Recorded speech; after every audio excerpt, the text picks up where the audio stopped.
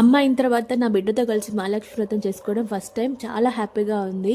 మేము ముంబైలో ఉంటాం కదా, మహాలక్ష్మీదేవి ఇక్కడ చాలా ఫేమస్. మా అత్త మా 30 సంవత్సరాల నుంచి ఈ వ్రతం చేస్తుంది. 4 గురువారాలు ఉపవాసం ఉండి నెలంతా నాన్ వెజ్ తినకుండా ఈ వ్రతాన్ని చాలా శ్రద్ధగా పింక్ కలర్ లంగా జాకెట్ వేసి తనకి ముక్కు పుడక గాజులు ఇవన్నీ వేసి ఎంతో చక్కగా అలంకరించింది మా అత్తమ్మ. దేవి దగ్గర 5 రకాల పండ్లు, పూలు, పాలు, దీపాలు ఇవన్నీ పెట్టి కొబ్బరికాయ కొట్టి క్యారెట్ హల్వా, బెల్లప్పాలు, పరవన్నం ఇవన్నీ నైవేద్యాలుగా పెట్టాము. 11 మంది ముత్తైదులకు వాయినాలు ఇచ్చి చిన్న పిల్లలకైతే భోజనాలు పెట్టి ఈ వాయినాలలో స్టీల్ గిన్నెలు, నువ్వులుండ, గాజులు, పసుపు, కుంకుమ అయితే అందరికి ఇచ్చి స్టీల్ వస్తువులు, నువ్వులుండ ఇవ్వడం వల్ల మా ఇంట్లో చెడిపోతుందని నమ్మకం. నా బేబీ లాస్ట్ ఇయర్ నా గడుపులో చిన్న గుడ్డులా ఉంది. ఇప్పుడు నా చేతుల్లో 5 నెలల బేబీగా ఉంది.